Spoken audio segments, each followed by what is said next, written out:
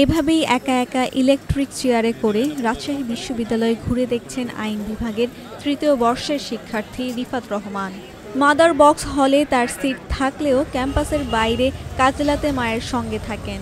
পড়ালেখার পাশাপাশি content creator হিসেবে কাজ করা এই শিক্ষার্থী রাকসু নির্বাচন দেখতে বিভিন্ন কেন্দ্রের সামনে যাচ্ছেন।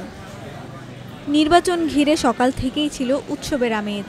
রাকসুর ১৭তম নির্বাচন কেমন হচ্ছে সেটি দেখতে অন্যদের মতো রিফাতেরও ছিল আগ্রহ। তাই শারীরিক প্রতিবন্ধকতাকে জয় করে পছন্দের প্রার্থীদের ভোট দিতে এসেছেন তিনি। এটা আসলে আমরা এটা ঐতিহাসিক মুহূর্তে সাক্ষী হয়ে আছি। বিগত রাজশাহী বিশ্ববিদ্যালয়ে ৩৫ বছর আগে রাখা হয়েছে এবং ৩৫ বছর পরে হচ্ছে এটা আমরা রানিং স্টুডেন্ট। অবশ্যই আমাদের পক্ষে এটা এক্সাইটমেন্ট কাজ করছে এবং সেই সাথে আমার প্রত্যাশা থাকবে যে রাকসু নির্বাচন যাতে প্রতি বছর কন্টিনিউ থাকে, তাহলে ক্যাম্পাসে গণতান্ত্রিক পরিবেশটা বজায় থাকবে। নির্বাচনে যে প্যানেলের প্রার্থীরাই বিজয়ী হন না কেন, রাজশাহী বিশ্ববিদ্যালয়কে একটি আদর্শ ক্যাম্পাস তৈরিতে কাজ করবেন সেই প্রত্যাশা এই রিফাত রহমানের।